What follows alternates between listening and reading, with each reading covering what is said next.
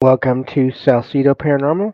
I'm your host, James Salsido, and tonight I am continuing my review, or my series, on haunted places in the U.S.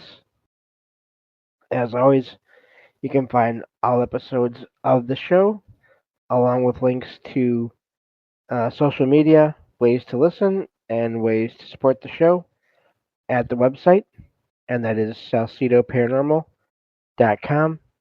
That's SALSIDO paranormal.com. There are many ways to support the show.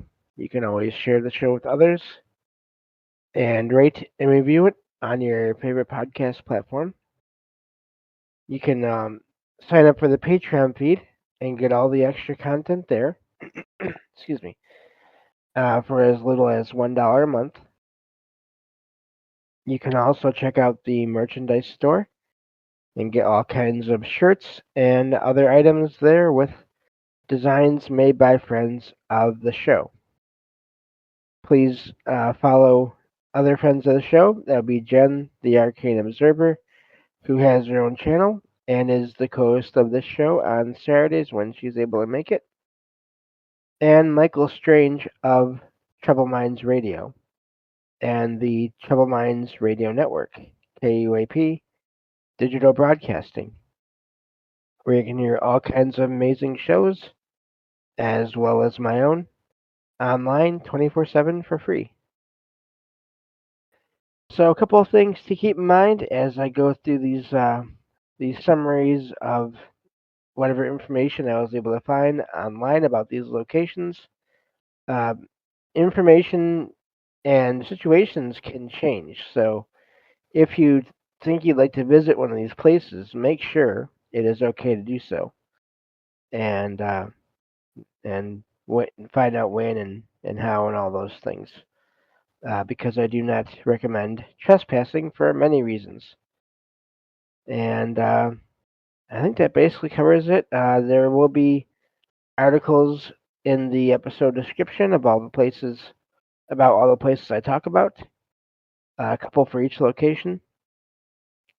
And yeah, that's basically it. Thank you all for being here. I see you there. Hello, sweets. I see you in the chat. And yeah, so we'll get going on this and get through at least a few more places here. We are still in Louisiana, and we'll see how far we get through that today. So this next location here is Oak Alley Plantation in Vacherie, I'm not sure. Vacherie. Oak Alley Plantation is a historic antebellum plantation famously known for its stunning alley of 28th century old oak trees, leading to a Greek Revival mansion built between 1837 and 1839. The plantation was originally acquired by Valcor Aim, uh, and I apologize for any mispronunciations here as usual, in the early 1800s, who named it Bon Sejour, I'm not sure, and used it for sugarcane farming. It was later exchanged in 1835 to Jacques Telesphore Roman, I'm probably saying most of that wrong, I apologize, who oversaw the construction of the mansion. The plantation relied heavily on enslaved labor, with over 100 enslaved people working the sugarcane fields and maintaining the estate under harsh conditions. Economic struggles followed the Civil War and the abolition of slavery, leading to multiple ownership changes. The site's significance includes its architecture agricultural innovation, notably pecan grafting, pecan grafting, and its role in the regional sugar industry. Regarding hauntings, Oak Alley Plantation is noted for numerous reports of paranormal activity. Visitors and ghost hunters alike have reported mysterious phenomena such as rocking chairs moving on their own, unexplained dust plumes, that's odd, ghostly apparitions including a spectral woman on horseback, floating figures in upper windows, and sounds reminiscent of carriage approaches on the grounds. So the sound of a carriage approaching, getting closer, which is fascinating. The plantation's haunted reputation is often linked to its dark history of slavery and suffering endured by the enslaved individuals who lived and worked there, as well as strict social codes of the Creole family who owned it. Specific ghost stories include sightings and activity reportedly centered around the Roman family and the enslaved workers. In essence, Oak Alley Plantation embodies both a critical lens on America's antebellum past and a location entwined with rich folklore and ghostly legends tied to its history of wealth, power, and human anguish. So, and I've heard that about similar places where, in those kinds of situations where people were treated so terribly, it's common for at least the stories of it. I would guess there's something to it. The stories of people seeing apparitions of these people from the past or hearing sounds. And even if it's not, I mean, hopefully it's not the actual consciousness, spirits, souls of the people involved. Hopefully it's more residual, just people picking up on the energy from the past. And that wouldn't surprise me at all for those locations. Moving on to the next location here. This is Arnaud's Restaurant, New Orleans. And this is renowned, excuse me, both for its rich historic legacy and for well documented paranormal activity reported by guests and staff for decades. Historical background. Arnaud's was founded in 1918 by Arnaud Cazenave. I'm probably saying those wrong, I apologize. A French wine salesman who arrived in New Orleans with the ambition to create an upscale restaurant showcasing fine food and wine. Cazenave expanded the establishment, purchasing adjoining buildings, resulting in one of the largest restaurant complexes in the city. Known as the Count, he managed the venue with a strict code and a passion for both hospitality and growth. After his death in 1948, the restaurant was managed by his daughter, Germaine Wells, famed for her lively personality and dedication to New Orleans society. In 1978, Archie Casbarian, acquired the restaurant, restoring its grandeur and continuing its legacy as a premier Creole dining destination. Haunting activity. Arnaud's is widely considered one of the most haunted restaurants in New Orleans. The ghost of Count Arnaud himself is said to appear frequently, often seen in a tuxedo overseeing dining room operations. And I'm sorry, I skipped a spot here. Staff and guests report him standing in corners, especially during busy nights. And he's said to be a stickler for order, sometimes even rearranging tables, chairs, and silverware if not up to his standards. Unusual happenings such as broken dishes and other small mishaps are occasionally attributed to his lingering presence. Germaine Wells, Arnaud's daughter, is another commonly reported apparition. She is seen most often near the Mardi Gras Museum within the restaurant where her gowns are displayed. Witnesses describe her as a misty figure who sometimes startles staff or drifts through walls, and the museum's temperature is known to fluctuate inexplicably, adding to the reports of a paranormal atmosphere.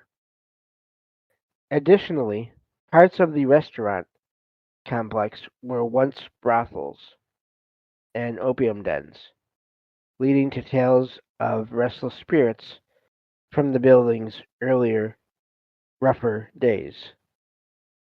Some believe the Richelieu bar area, formerly an opium den, has its own set of spectral phenomena, such as unexplained cold spots. And that's where that one ends. I'd actually be really curious to visit that place someday. Um, some night, actually. But that's a lot. You have a place with a lot of people coming and going to this day. That was also, again, it sort of bought other nearby buildings that were other things that had a lot of emotion going on in them.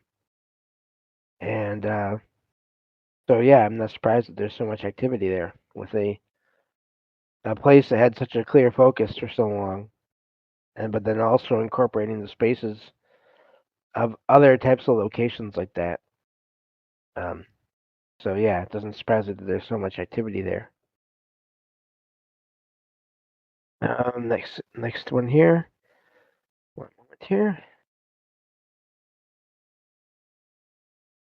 So next one is the old state capitol in Baton Rouge. I'm saying that right. The old state capitol, and of course this is still Louisiana, is a striking neo-Gothic castle-like structure with a history marked by political drama, Civil War destruction, and enduring tales of hauntings. Historical background. Construction began in 1847 after Baton Rouge was selected as Louisiana's new capital, partly due to its safe location away from flooding.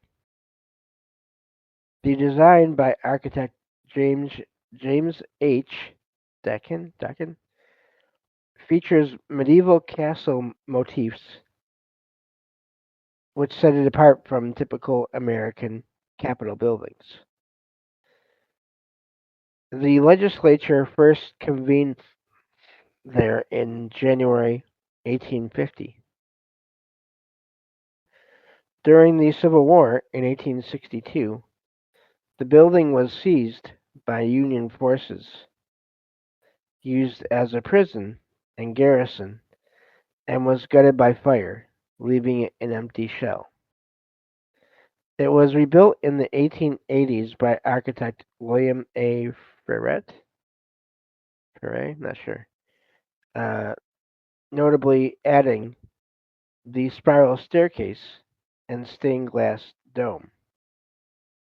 The building fell into disrepair after the new modern Capitol was built in the 1930s, but local efforts in the 1970s restored it and now serves as the Museum of Political History and a National Historic Landmark. Hauntings and Paranormal Reports. The old state capitol has long been rumored to be haunted, with reports of motion detectors going off for no clear reason, doors slamming, footsteps, and disembodied voices. The ghost of, oh boy, Pierre Quillian, a state senator who supposedly died on the premises, is said to linger, with stories of cigar smoke and footsteps in the chambers. However, historical research suggests Quillian did not actually die in the building. And it's fascinating. Here we have again the legend says he died there. Historical research says he didn't die there. And yet there's still reports of activity. Now, is it linked to him? Who knows? Or is it someone else entirely? Or is it residual? Anyway, the basement is considered the most haunted part of the building, once having served as a hospital and prison, with witnesses reporting mysterious occurrences. Another spirit associated with the site is that of Governor Henry Allen, whose remains are interred on the grounds, though accounts indicate he has been very quiet.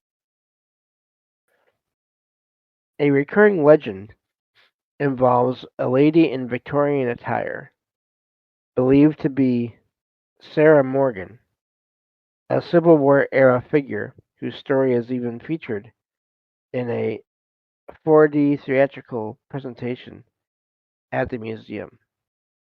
Her apparition is described as benevolent, but there are also claims of a more malevolent presence: chills, dread, objects moving, and icy sensations. Paranormal activity reportedly extends to the grounds, with sightings of shadowy figures, apparitions, and unexplained sounds by the river. Visitor experience. The building now hosts interactive political history exhibits and features the Ghost of the Castle, a multimedia show exploring its haunted reputation. The capital is a, well, I couldn't read that for a second there. Looked like a different word. I don't know what's going on with that. The capital is a popular destination for ghost hunters and those seeking both historical and supernatural experiences, and it regularly organizes themed events around its haunted lore. And that's where that one ends. I know where that was now. Actually, my eyes were there's all this. Microsoft loves to push its Copilot now whenever it can, and I thought it was for some reason my mind was like, that's saying Copilot again. Why is it saying Copilot again? That's not. It was capital. Anyway, um, so we can get through at least one more here. I mean, I don't have a ton to say about that one. This just sounds like a lot of history, a lot of activity, and yeah, it doesn't surprise me there either, especially with it being used as a hospital for a while there. Next one here is Caucasus, Calcasieu Courthouse, Lake Charles, um, in Louisiana. This courthouse in Lake Charles, Louisiana, is a site of significant historical and paranormal interest, most famously associated with the ghost of Toni Jo Henry, the only woman ever executed in Louisiana's electric chair. Historical background: the Calcasieu Parish Courthouse was constructed between 1911 and 1912, featuring neoclassical and Beaux Arts architectural styles, and a notable copper dome. Is it Beaux or Baux?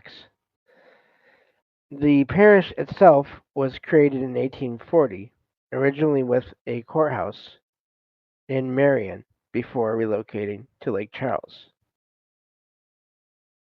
Earlier courthouses included a simple log cabin, 1841, which was physically moved to Lake Charles, and a brick courthouse built in 1891, later destroyed by fire in 1910. The present courthouse at 1000 Ryan Street has stood since 1912 and is listed on the National Registry of Historic Places, serving as the home for various legal and administrative offices. Toni Jo Henry and her haunting. Uh, Toni Jo Henry, born Annie Beatrice McQuiston, led a troubled early life, but later married Claude Cowboy Henry, excuse me, a prize fighter and client from her former occupation in Shreveport.